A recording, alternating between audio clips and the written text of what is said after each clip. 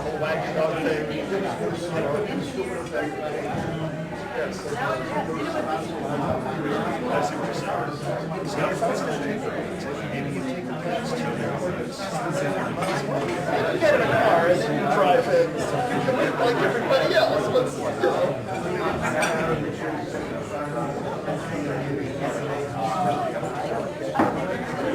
better if you showed up now and continued over and stuff. By the way, I should probably sit down and just think going. We'll talk later.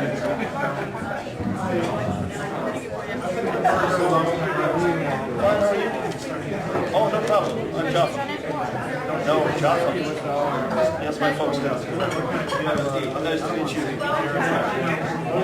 Yeah, I couldn't argue with this name. If I knew that growing up with this name would have been long, I would have put it more of a fight.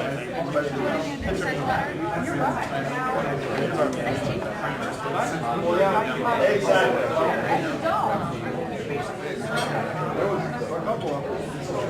It's a very nice pretty all the choppers on it.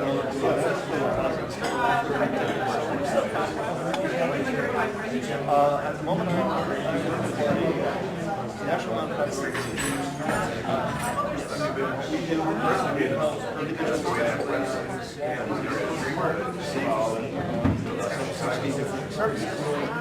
The number one thing we help you with is health insurance.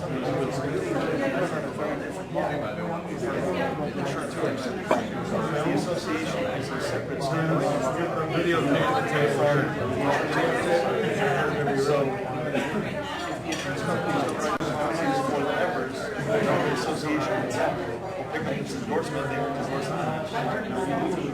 Hello. Hey everybody. Welcome to LA2M. Vince, can we turn that up a little bit if you're back there? Just a smidge.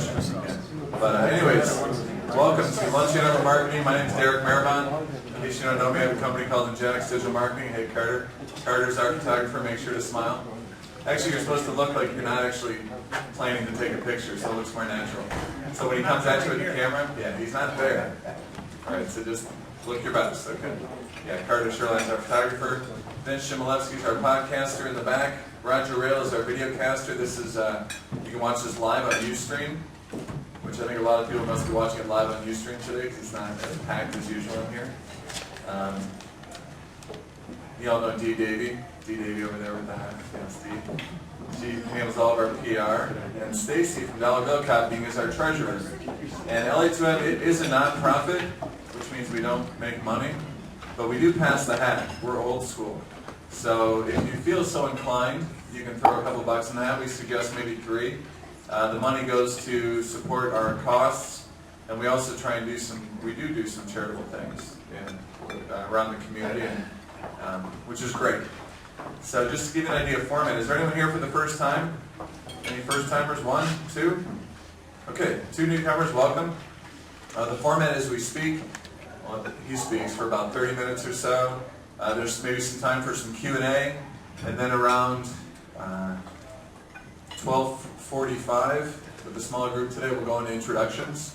And you can stand up and tell us just a little bit about yourself, your name, your company, and how we can help you. And that's real nice. All these podcasts, all the videos are going to be hosted along with the slide presentations at LA2M.org. So please go to LA2M.org to view these presentations. There's a bunch on there. So if you missed any talks, you can go back. I encourage you also to join our page on Facebook and join our group on LinkedIn. Those are some other ways you can stay connected. Sound good? Cool. So, great. So today's speaker is talking about a book. This is the first time we're trying a book review, book presentation, and I'm actually really excited about it. Charlie is a friend of mine. He's a long-time lammer. He's been coming back since we were, I don't know, were you at the pizza place or was it the falafel place? The pizza place. Okay. No, falafel. You came to the falafel place too, yeah. So we've gone from falafel to pizza to Irish boxes. We've evolved in our food chain. And, but anyways, Charlie is he does a lot of technical things. He explained it to me just a minute ago, but he does analytical things, and he is now splitting his time between Chicago and Ann Arbor, so we're grateful when he's here. And when he's away, then we got to go visit him in Chicago, which I hope to do sometime maybe later this spring. And he's going to be talking about the book called The Art of the Start by Guy Kawasaki. So if you could please give Charlie Hammerslough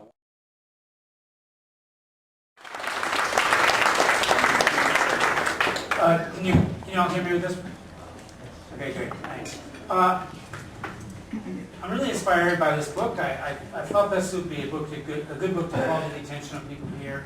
There's so many resources in Ann Arbor and southeastern Michigan for starting a business, for people in transition, for people who are thinking about entrepreneurship, that it seemed like a time and a good time to start to talk about this book. Guy Kawasaki, how many of you have heard of Guy Kawasaki or read his stuff? He's a well-known author, well-known blogger, one of the people who really is a good thinker very early in the digital revolution, and I'll talk a little bit about his background, but he's got a lot of the credibility and some street cred that I think people should bring to talk about entrepreneurship, himself being an almost compulsive entrepreneur. So his book is called The Art of the Start, and I'll talk in a second about what that means and who he is. Well, first of all, who's Guy Kawasaki? He's an American born in Honolulu, 1954. He's an entrepreneur, venture capitalist, as I said, author, blogger, and he in fact was a pioneer in the whole idea of computer marketing and technology marketing, and in fact I believe has really left his mark on the way technology is marketed. And we'll see what that means in a second. Okay. He really made this product what it is. I don't know if you guys recognize what that is. Some of you may not. But I have a quick question. How many of you have actually physically touched one of these? How many of you used one? How many of you used one for business purpose? Wow, that's pretty good. But this is Ann Arbor. Okay. There was a time when you saw thousands of these in the medical center. That's a 128K Macintosh. And he came on really stroke of luck. He was looking for something new. He'd been working actually as a jewelry salesman with an MBA from USC at UCLA and a degree from Stanford. And he came on at Apple and started working on the Macintosh as the Macintosh was being launched. And he basically developed the whole idea of user advocates, of passionate user advocates, of creating marketing programs that would create user evangelists to go out and become fanatically loyal and essentially create what wasn't quite called then viral marketing, but also evangelism. Since then, he's been a compulsive starter of companies.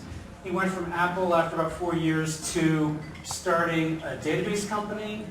I don't think that was terribly successful, but he has gone on to quite a number of things. Probably he's best known in terms of his entrepreneurial ventures for the venture capital group he started called Garage.com, which does all sorts of trading activities, startup funding, early stage funding, and so on. He's a great contributor to the community. He's also had time to write a few books. He's written 8 books. I only captured the image of 7 of them from Amazon. I personally have only read Rules for Revolutionaries, which is really quite good, year 2000.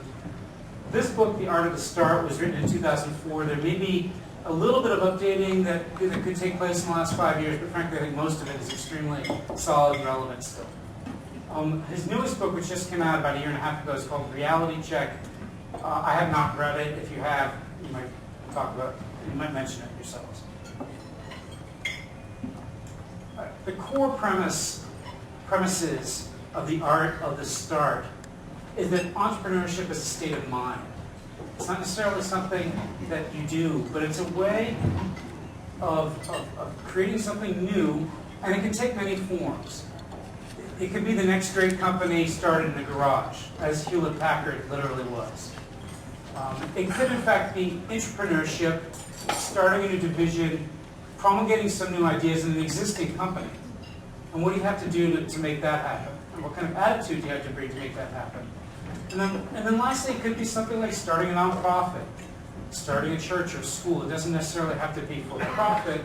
In fact, it's just about starting an enterprise, an organized enterprise to accomplish a goal. his is not theoretical. He may have gone to business school, he may speak in business schools, but this is a completely practical book. It's really got a lot of instructions. It's not sort of cloying checklists of what you ought to do. It's just a lot of practical advice. And then lastly, maybe because he's done it so often, he takes the position that entrepreneurship is really an artistic undertaking, and that it should be elegant and spare and simple and straightforward. Perhaps that was something that he took from the Macintosh experience, but frankly, it might have been something that he brought to the Macintosh experience. I'm not really sure. Oh, today what I'm going to do is really just concentrate on a couple of earlier chapters. The start of the start is what I'm calling it. I mean, this is really the hardest part. How do you transition? How do you decide that you want to be an entrepreneur? What does it really mean to start something, to make that all-in commitment to start something? And I'm going to go through and highlight a few useful suggestions he has on early stage bootstrapping of a company, as well as what do you do when you partner. He's about 9 or 10 chapters like this. I'm just going to focus on those 2 chapters, on bootstrapping and partnership. And then lastly, I'm going to give a highly idiosyncratic, for what it's worth, tour through what I see as some of the current opportunities in marketing entrepreneurship that we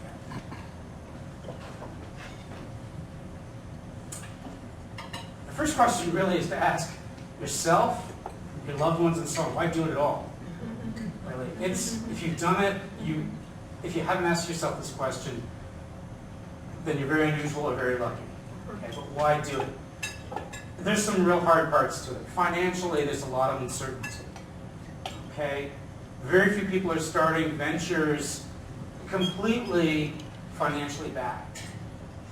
Emotionally, anybody who's ever done any kind of sales, which is most of us in one way or another, you're faced rejection all the time. You have to learn how to learn from your failures. And you're also, frankly, if you're a success, you start to become responsible for other people's jobs, and it can be kind of lonely. And their well-being is dependent on you. And then lastly, frankly, the work can be endless. It's not like it just all kind of closes down at 5, you go home, because it's somebody else's responsibility for the profit and loss. So, according to Guy Kawasaki, he spent 20 years thinking about this, and it took him 20 years to realize there's only really one answer as to why one would want to do this. It's pretty simple. To make meaning. What does he mean by to make meaning?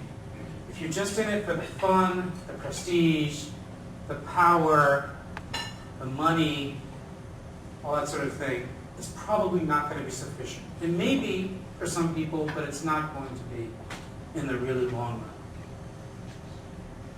What does make it worthwhile is to create meaning.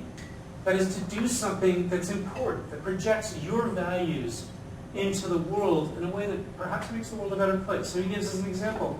Making the world a better place. Improving the quality of life. Righting a terrible wrong. For example, starting a nonprofit for justice. Or preventing the end of something good.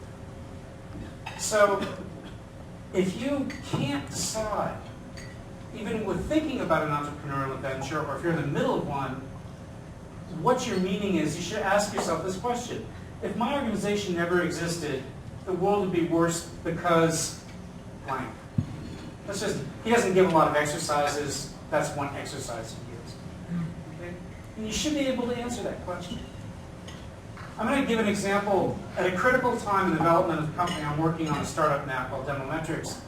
This advice was really helpful. And this is why I keep this book. I took the dust cover off a long time ago. I kind of keep it in my bag when I travel and I go through stuff every so often. And let me just explain what happened. I started this company called DemoMetrics. And people said, well, but what do you do? What's that? And my original answer, and it got honed down to a little bit less than this long paragraph that can go on, frankly, for half an hour. We use proven embedded real-time marketing predictive analytics in the call center space to improve upsell and cross-sell. We coach agents with models of a, I mean, we can go on and on and on about that, okay? After I read this book, I realized the right thing to say and the motivation for the company and what really makes me want to get up and go and make it happen is we just make call and customer service less annoying, okay? Our software tells agents how to have a better interaction with inbound clients. It's that simple, okay? Don't offer somebody a cross-sell or an upsell if this is the 5th time they've called with the same problem in the last 3 weeks. Okay, that should be really simple. In fact, it's not a simple problem to solve, but to me, a lot of the gratification is just getting people off the phone faster, maybe selling them something that's more relevant to their needs.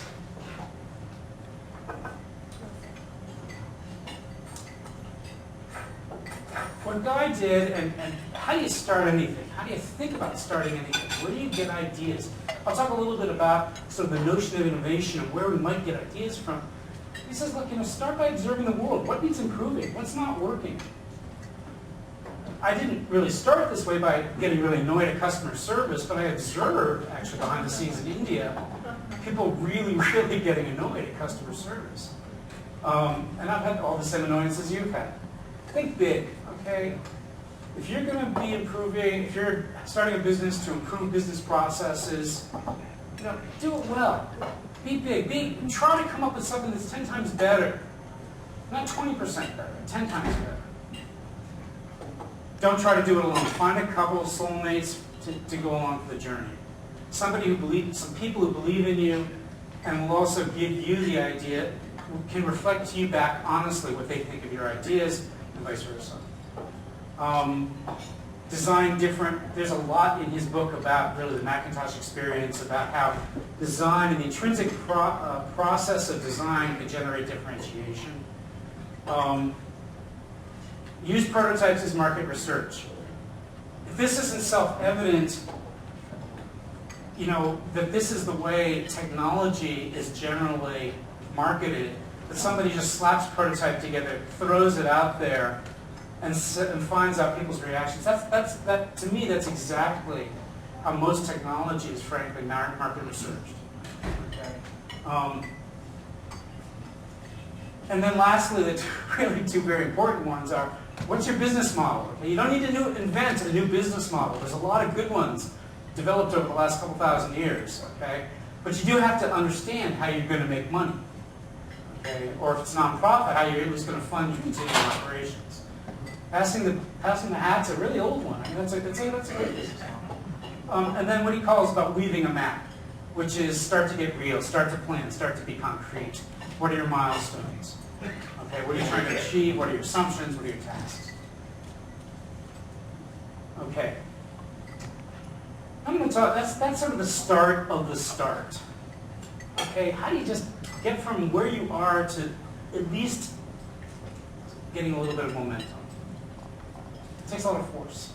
Now this is, if you're lucky, you'll be at the stage of bootstrapping a company a relatively brief time, but it's a very critical time because it's when the company is formed, when the organization really begins to prove its business model.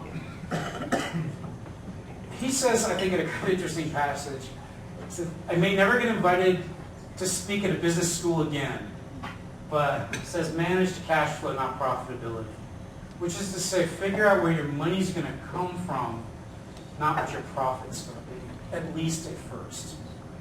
Okay? You can increase, there's ways to improve profitability that are relatively straightforward.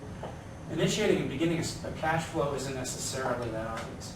And some ideas are, look, choose products that intrinsically have a short sales cycle. Piggyback on other successful products. The iPhone is probably a huge, great example of all those applications piggybacking on a great a framework. Pick something with recurring revenue. Pick something that has, it's persuasive on its own, that it's obvious what its function is and how it works. And if you can, and you find it, pick a megatrend. Try to ride that. This was frankly a big one for me. Engage in bottom-up forecasting. as opposed to top-down forecasting. I'm really very grateful to the referees who read my business plan last year as part of the competition here. The most useful comment was, you're doing top-down forecasting, and it went something like this.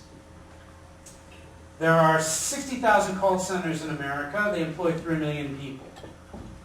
If 5% of them need my product, and we can make pitches to 1% of those 5%, and close the deal, or create, that's your pipeline, then close the deal on 10% of the pitches, and actually turn out this amount of revenue per seat sold, well then we're going to be millionaires. Okay? That's top-down forecasting. That may be appropriate if you're Procter & Gamble and you're launching a product into China. Okay? If you're an entrepreneur, you need to think, if I've got one sales guy and he can make 10 sales calls a day, and he can build a pipeline of 5 a week and close one of those every, 1 or 2 of those a week, what kind of revenue can I expect? In other words, try to, instead of going from this sort of massive idea of a market, go from the bottom up of what can your efforts actually achieve in terms of revenue. That's actually really, really critical. Ship and then test. He says, don't do this if you're a pharmaceutical company. Okay, okay, or medical supplies, or critical components for rocket ships or something like that. But the fact is, if you sit there and you're perfectionistic about version 1.0, there's never going to be version 1.1. Okay, there may not even be a version 1.0. And we all know that perfectionism is the enemy of the okay. I probably mangled that quote somehow. And then this is also very useful. Consider starting as a service business. The sales cycle for a service business is less. The recurring revenue stream is sometimes more tenable. Business models are sometimes a little more straightforward than in manufacturing businesses. Sometimes a little more elaborate and robust than manufacturing businesses. Understaff, outsource everything that you don't really want to have to deal with. There's so many great technological tools, for example, for sharing, for email. There's just a million things out there. You don't need to set up an Exchange server. Okay, there's just a lot of infrastructure you can just forget about. Concentrate on what you need to be good at. Let's invest in the big stuff. Don't worry about office furniture. Okay. This is some stuff from what I think is useful out of his chapter on partnering. And you'd be amazed, especially if any of you are like veterans of the .com era, how many completely unlikely partnerships there were. AOL Time Warner, nobody in their right mind would have thought that would have been a partnership that would work. It took 10 years and billions of dollars to unravel. That's just a headline. There's so many partnerships that are done for prestige reasons, or the CEOs meet on a plane, or somebody thinks it's a great idea, or they're going to patch over their weaknesses with the other people's product. Okay, the only reasons, and I'm sure this is born out of a lot of experience on his part, for really doing a partnership is to improve your cash flow, to improve your revenue, to reduce your costs. Spreadsheet reasons, things that are going to fall to the bottom line for both companies. It's got to be a win-win deal, And then the 2 things here that I've actually had some experience with: make sure that there's buy-in in the middle and at the bottom of both organizations. If the engineering people or the database people can't stand it, but the marketing people think it's great, it's not going to happen. You have to have buy-in all the way. The other thing is you gotta have a point person. There's got to be a human being in each company to whose job it is to make that partnership work. It's not just, we're going to have a lot of meetings and have a lot of processes and we're going to interface this way. You really have to have people whose bonuses depend on making sure that partnership works. In fact, maybe whose jobs depend on it. And then, lastly, I hate to tell you how much time I spent on things like this. In-house counsel for large companies, even medium-sized companies, and sometimes outside counsel for small companies, very often see themselves as the adults in the room, keeping the kids from getting into trouble. So remember, you can't have that contract provision and so on. His advice is, work with the kinds of lawyers who understand the business, want to enable the business, and don't bring them in first. If any of you have experience about this, I'd be really happy to hear you share it later. I like lawyers a lot, okay? All right. I'm just going to talk, very idiosyncratic, I got 3 slides here. I'm just going to talk about where I think there's some opportunities in terms of marketing, entrepreneurship, and some of these just slop out of marketing into technology, maybe into PR, various types of things.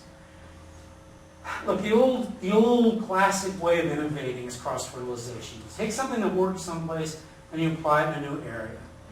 Okay? I'm seeing a lot of things about cultural anthropology now being applied to understanding social networks, because the cultural anthropologists have spent 80 years developing tools for understanding how groups evolve, how meaning is created, and so on. Apply marketing communication principle to social media. Raise the game. Okay, understand it. Those are just 2 things from social media. Something like applying predictive analytics to call centers. Find niches where there's no best practices yet. This is where the field is open. Right? The greatest diversity ecologically is in a desert, because there's many, many ways to survive in a harsh environment. Okay? So I believe the social media wave is really yet to crest. The adoption rate has been phenomenal. Twitter is starting to become a major tool for the way customers and companies are interacting, with the way market researchers are understanding trends, the way political movements are formed, and so on. It's such a simple tool, but in fact, it's actually really impressive. Even in the last 6 months, I think it's really changed. So questions are, I mean, there are opportunities. How do you understand it? How do you monetize it? Okay? You know, how do you integrate it with other marketing? People are just out there flailing around. I mean, I think Derek's on something good here. I mean, the whole notion of understanding how do you integrate this with the rest of best practices. Envelope marketing. I've actually been doing a consulting project on the side with a company that has a very easy business model. They pay people to open email. Okay, you'd be surprised how effective that actually is. Essentially, you're buying their permission to market to them. So, if there's other ways of doing that, let's think about it. There's always the opportunity for translating big, sophisticated company processes down to small and medium-sized companies. And I know a lot of people have been liberated from working for large companies in this area. Social entrepreneurship, okay? I think there's some fascinating work left to be done in this. It's just starting to be done. Things like, I mean, it was, how many millions of dollars has the Red Cross raised now through this 90999? Well, you can do it through Twitter, or you can do it through your cell phone, okay? But that's probably just the tip of the iceberg. That's what's sort of now broken the surface of mainstream consciousness, that, hey, wow, there's some incredibly powerful ways to raise awareness, to raise funds, and so on. And there is, in fact, a microfinance peer-to-peer site called Kiva.org, which has got an extremely interesting business model. So new business models and so on. And then these are always on the verge of taking off, but crowdsourcing and crowdcasting, which in fact are in some ways very old ideas, but the notion is that you put things out there, you find out people's reactions, and as a group, people can create with these, and they can be self-improving processes. I think there's some room for still using that, not just hotel reviews or restaurant reviews. I think that there's some actually very powerful marketing channels to be developed through crowds. This is a personal need.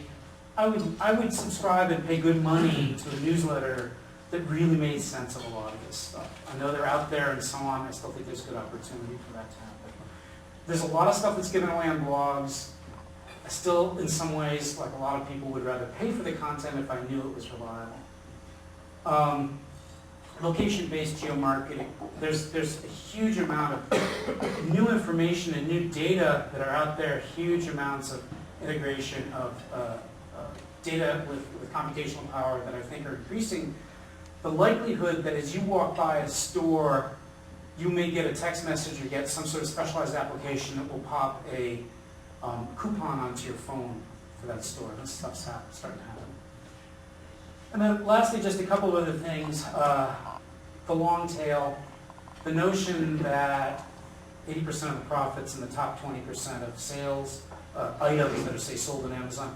Stores like Amazon and Netflix and any number of web-based stores get an enormous amount of the revenue from items that are ordered only very sporadically.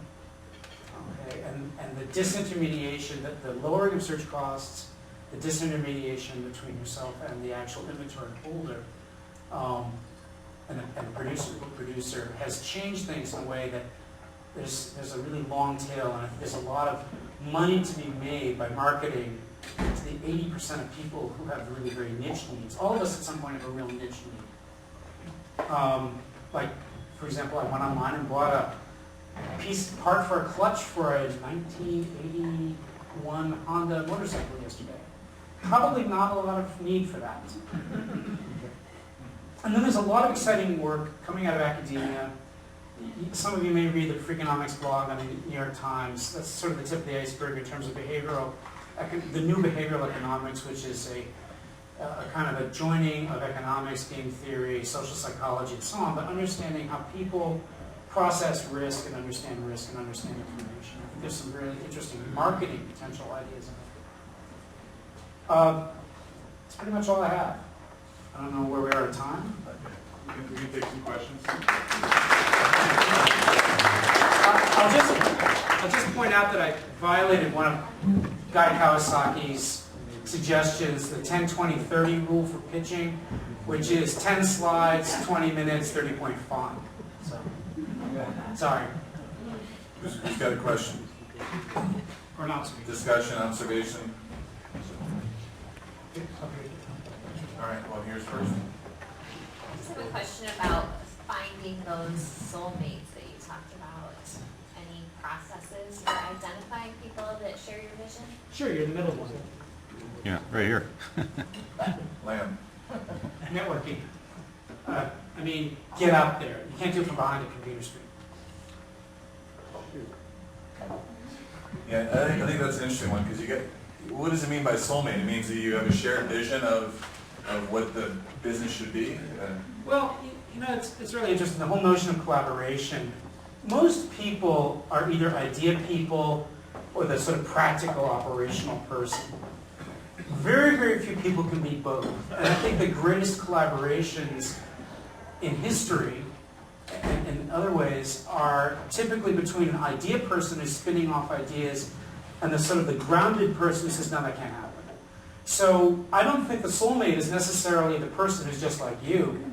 They may have a different vision, but out of the conflict of your visions, that can work in your favor. Yeah. No, that's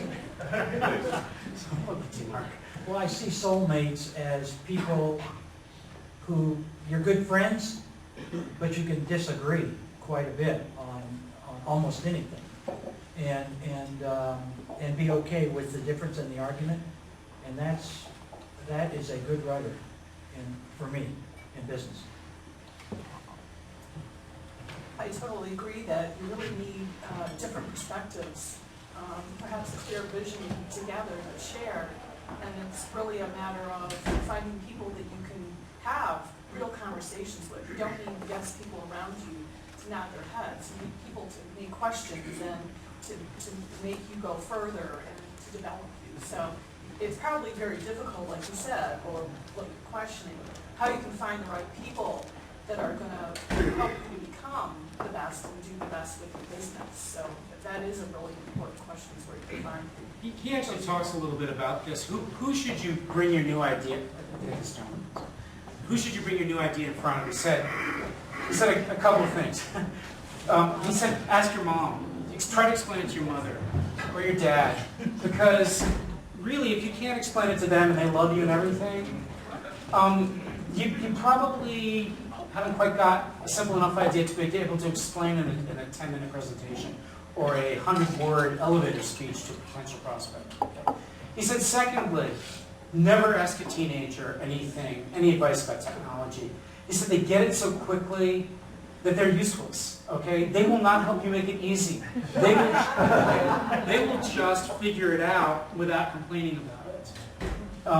And then lastly, he's talking about the process of sales and rainmaking, what he calls rainmaking.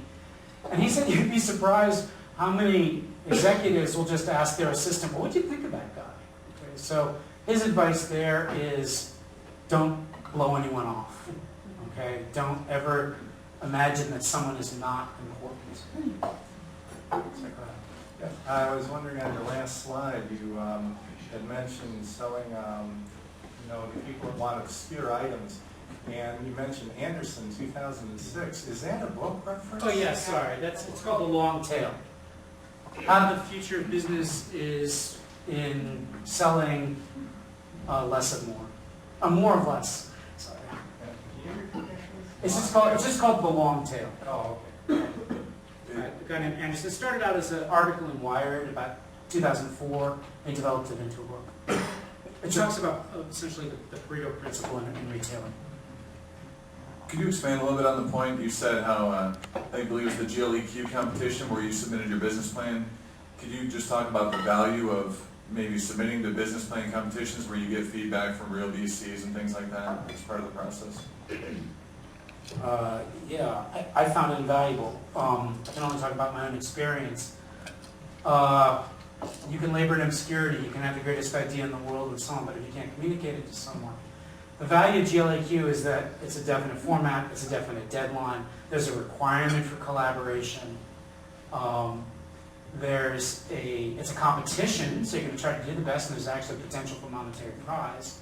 Although I think that the greatest prize that they award is the recognition that you can then perhaps take to somebody potentially who will fund it. And for me, it really helped me, it forced me to coalesce a whole pile of ideas together. Great ideas on how to get started. Since you have a business now, the people that work for you, do you try and bring them in on this as well? Oh, yeah.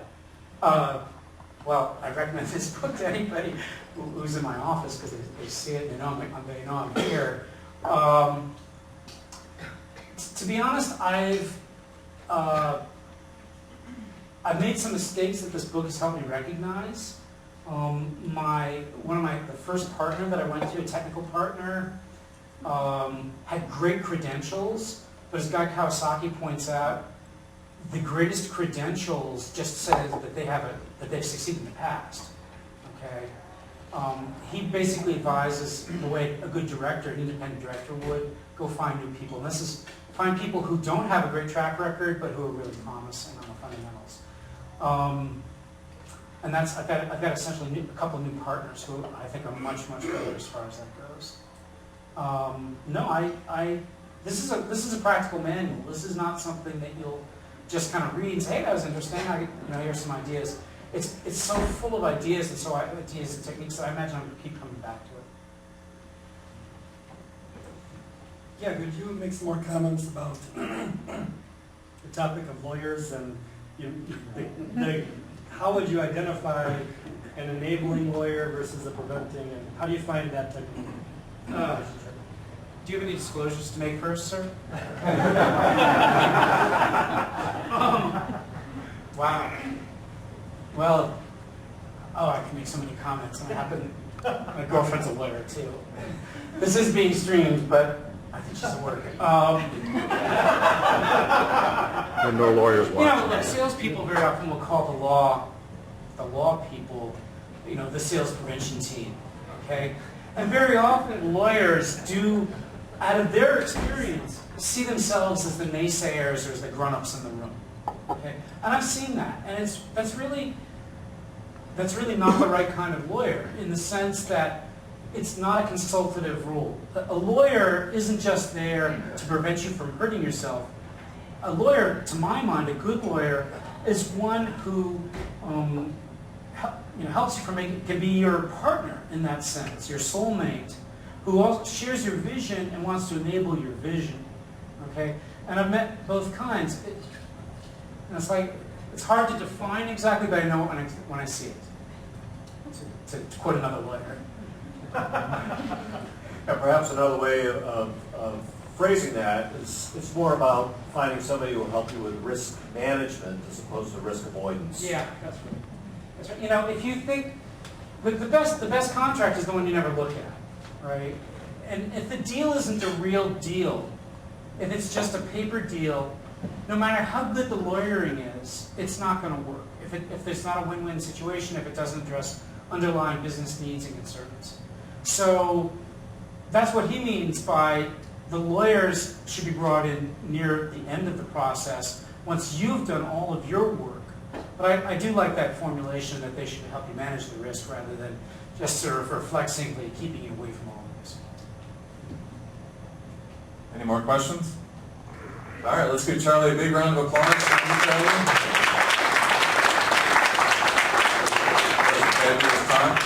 Your parting gift is waiting outside for you. Okay.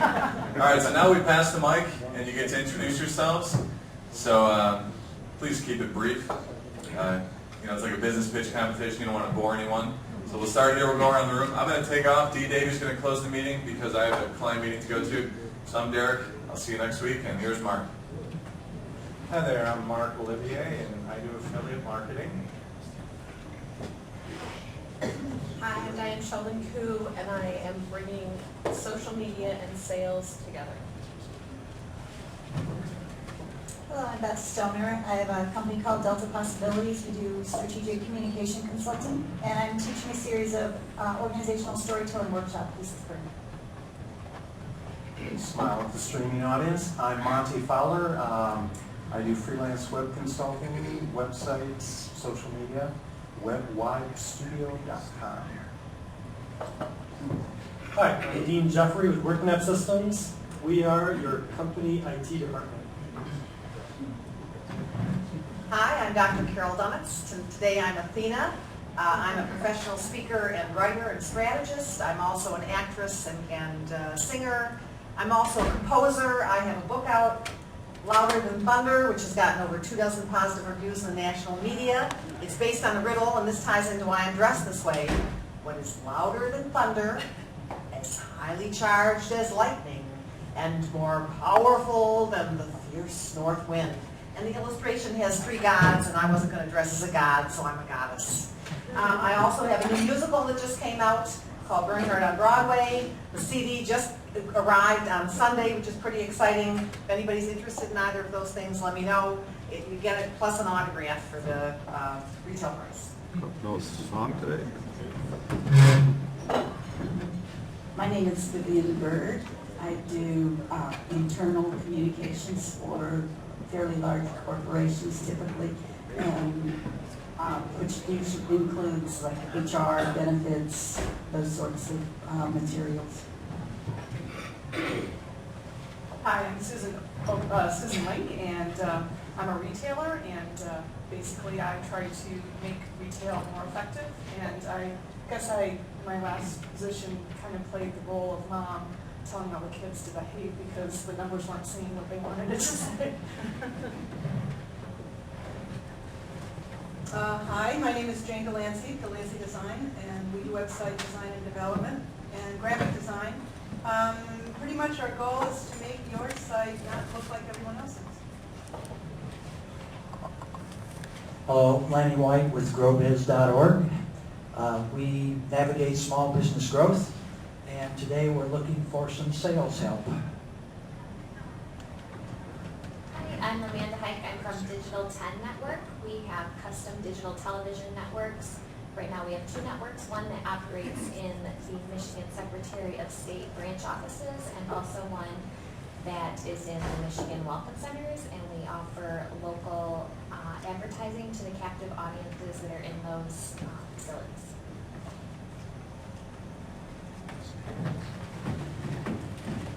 I'm Benji Ben Baruch. I do quantitative analysis, market research, applied sociology. I turn your data into information, and I help you build better analytic capabilities.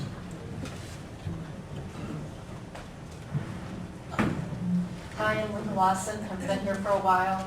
I'm actually back in doing private psychology practice and being a master's student in integrated marketing and communications. Hello, everyone. I'm Megan Crosby from the Ann Arbor Chamber of Commerce. We help businesses save money and give them more exposure. Hello, I'm Emily Taylor. I'm with the Whole Brain Group, and we do a lot of great web things, social media integration, websites, iPhone apps, you name it, we do it.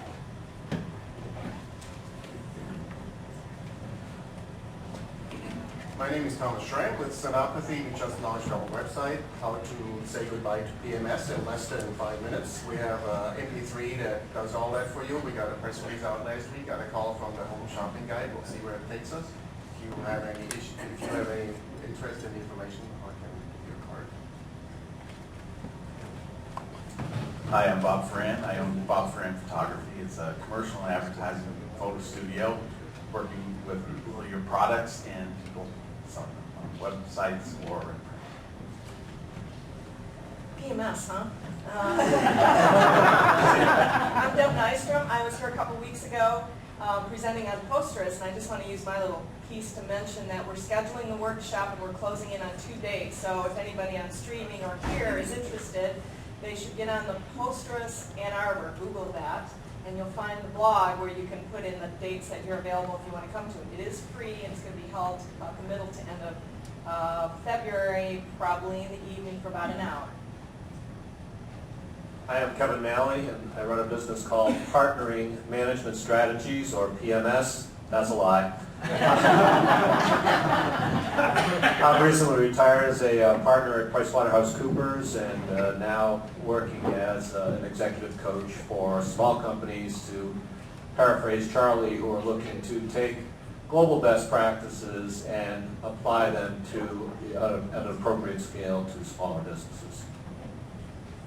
And later with affordable computers, we provide sales and services of refurbished computers. I'm Wayne Anker. I'm a freelance web developer. I'm Parker Finn. I work with the Business Assistance Program at the University of Michigan, and we assist small manufacturers with grant funding.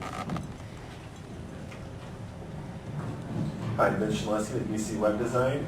In addition to doing audio capture like I do here every week, we also do video. And we just recently upgraded all our cameras to HD, so if you need HD video for an event or your website, let us know. How do you do? My name is John Walzer. I'm here today representing the U.S. Census. We're looking to hire hundreds of people. So, for example, if you're an out-of-work actor, this would be a great opportunity for you. Anyone who can hear my voice can dial this toll-free number, 1-866-861-2010, and follow the voice menus. They'll ask you to type in your local zip code. We're looking to hire hundreds of people, and we pay between $14 and $18 an hour. If you have a second language, then you'll get a little bit more. So just dial 866-861-2010 and say, I want to be a census worker. My name is Todd McWilliams. I work for Adams Outdoor.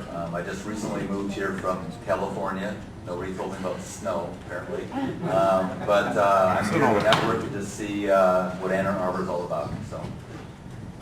Hello, my name is Mark Tucker. I too just recently moved to the Ann Arbor area, and I'm an independent video producer-director.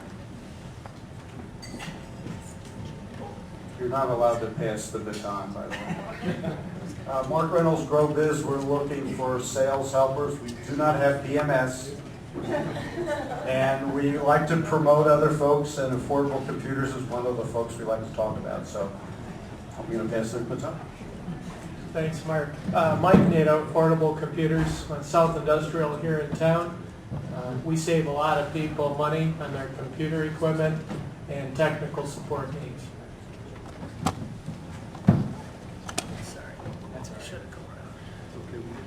Hi, I'm Ed Carlson. Transitioning Senior Executive is one of the titles I use. Starting up a small company as well. It's an LLC that is involved in the aerospace industry, which is where I was formerly a CEO. Also involved with another company that is developing a new very light personal jet. So If there's anybody out there that would like to do some investing in the very light jet market, see me afterwards. Thank you. Hi, I'm John Demetrio. I own a couple companies here in Ann Arbor. Proud member of the chamber. And one of the companies is Protect Painters. We do residential and commercial painting. And that's the one I usually promote when I come to these events. And I'm always looking for people and marketing advice. So, thank you. Good afternoon. My name is Joffrey Tausig, and I'm the local rep here in town for the America's Business Benefit Association. We're a national nonprofit, and we help individuals, families, and small business save money on some 60-plus services. If you're interested in saving some money, come see me after. Hi everyone, I'm Kendra Curran, local owner of the Entrepreneur Source, and I work with people who've been liberated from large companies and who are thinking about franchise ownership. Because what we know is franchisors are looking for executives who know how to manage people, projects, and budgets. So if you know of anyone who has been liberated and thinks business ownership is what they'd like to do, please come see me. Hi, I'm Steve Califf, and I offer CFO consulting services to early stage companies. And a couple of examples would be part-time CFO or fundraising strategy. Hi, I'm Amy Pienta. I'm a professor, a sociologist at the University of Michigan. I come to these meetings in part because I help out at IngenX in doing research for them. And the other thing that interests me about LA2M is that I regularly review grant applications for the NIH, and I review small business innovation awards. And so I'm always trying to figure out, I know the science and how to evaluate science, but I don't know how to evaluate the business of the things. So I find these meetings enormously helpful. Hi, I'm Carter Sherlin from Print Studios, and I do commercial photo and portrait photography. And I guess the project I just finished is on YouTube. If you type in Run Barbados, you see what I shot with a little flip cam as I went around for 10 days doing still photography. And one of my clients, Michigan runner, Rayle Sports Publications, put up about 2 days ago. I guess it was kind of a fun question. You might get inspired to want to go to Barbados. I'm Dee Davey, Creative Ideas Marketing. I'm an independent marketing contractor. I help medium-sized technology companies and services businesses understand and ensure that they're offering the right things to the right customers for the right reasons and not spending their marketing dollars in the wrong places. I'd also like to mention that Megan Crosby, Megan, would you stand up? Is looking after our sponsorship of the Lunch Ann Arbor Marketing newsletter. So if you want to advertise with the newsletter, please see Megan afterwards. And I also have the pleasure of announcing next week's speaker. We have, and I said this I think about 3 times this year already, another first. We haven't had a topic covering radio. And so we have Kyle Stoof coming from Ann Arbor Radio to talk about how we can use radio to beef up your marketing. So see you next week at Lunch Ann Arbor Marketing. See you then. Thank you.